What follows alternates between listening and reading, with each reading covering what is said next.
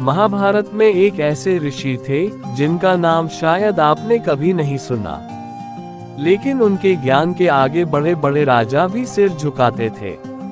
आखिर कौन थे महर्षि बृहदर्षि?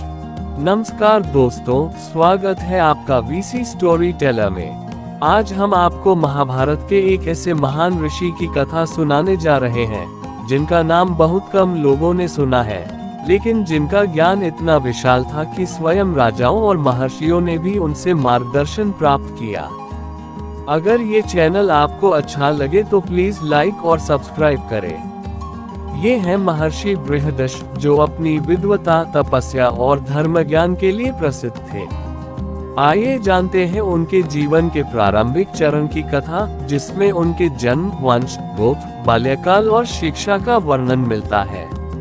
प्राचीन भारत के वैदिक युग में अनेक महान ऋषियों का जन्म हुआ, जिन्होंने अपने तप, ज्ञान और धर्मपालन से मानव समाज को नई दिशा दी।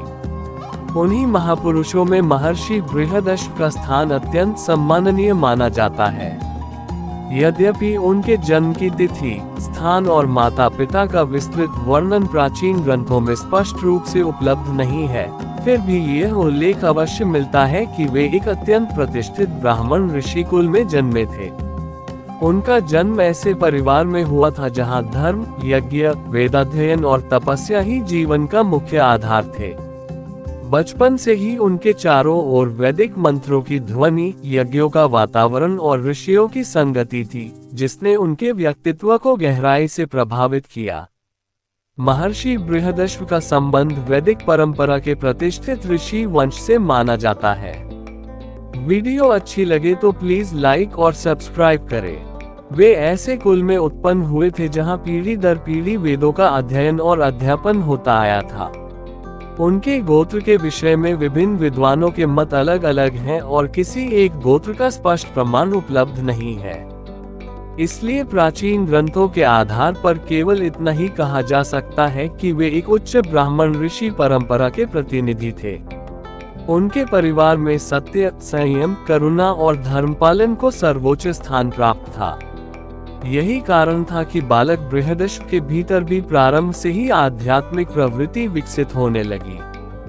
बाल्यकाल से ही बृहदर्षि सामान्य बालकों से भिन्न थे। जहां अन्य बच्चे खेलकूद में अधिक रुचि लेते थे, वहीं वे प्रकृति की गोद में बैठकर ऋषियों के उपदेश सुनना, मंत्रों का उच्चारण करना और ज्ञान प्राप्त करना अधिक पसंद करते थे। उनका स्वभाव अत्यंत शांत, विनम्र और जिज्ञासु था। वे हर विषय को गहराई से समझने का प्रयास करते थे और अपने गुरुओं से निरंतर प्रश्न पूछते रहते थे। उनकी स्मरण शक्ति इतनी अद्भुत थी कि एक बार सुना हुआ वैदिक मंत्र उन्हें लंबे समय तक याद रहता था। यही गुण उन्हें अन्य शिष्यों से अलग बनाता था। जब उनकी आयु शिक्षा ग्रहण करने योग्य हुई, तब वैदिक परंपरा के अनुसार उनका उपनयन संस्कार संपन्न कराया गया और उन्हें गुरुकुल भेजा गया। गुरुकुल का जीवन अत्यंत अनुशासित और कठिन होता था। वहां राजकुमार और साधारण बालक सभी समान नियमों का पालन करते थे। बृहदर्षि भी प्रातः ब्रह्म मुहूर्त में उठते, स्नान करके संध्या वंदन करते, गुरु की सेवा करते और फिर वेदों का अध्ययन आरंभ करते। वीडियो अच्छी लगे तो प्लीज लाइक और कमेंट करें। वे केवल पुस्तकीय ज्ञान तक सीमित नहीं रहे, बल्कि जीवन के प्रत्येक कार्य को शिक्षा का एक भाग मानते थे। उन्होंने चारों वेदों, वेदांगों, धर्मशास्त्र, इतिहास, पुराण, नीति, यज्ञ विधि और आध्यात्मिक ज्ञान का गहन अध्ययन किया। इसके साथ साथ उन्होंने ध्यान, योग, तपस्या और आत्मसंयम का भी अभ्यास किया। उनके गुरु उनके तेज, विनम्रता और अथक परिश्रम से अत्यंत प्रसन्न रहते थे। धीरे धीरे उनकी विद्वता दूर दूर तक प्रसिद्ध होने लगी। अनेक ऋषि और विद्वान भी उनकी प्रतिभा की सराहना करने लगे। बृहदर्षि का मानना था कि सच्चा ज्ञान वही है जो मनुष्य को विनम्र बनाए और समाज के कल्याण में सहायक बने। इसलिए उन्होंने कभी अपने ज्ञान का अहंकार नहीं किया। वे सदैव सत्य, धर्म और करुणा के मार्ग पर चलते रहे। गुरुकुल में बिताए गए वर्षों ने उन्हें केवल महान विद्वान ही नहीं बनाया, बल्कि एक आदर्श ऋषि के रूप में भी स्थापित किया।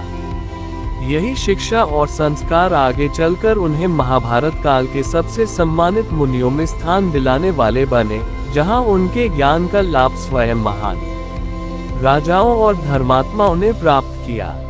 Thanks for watching.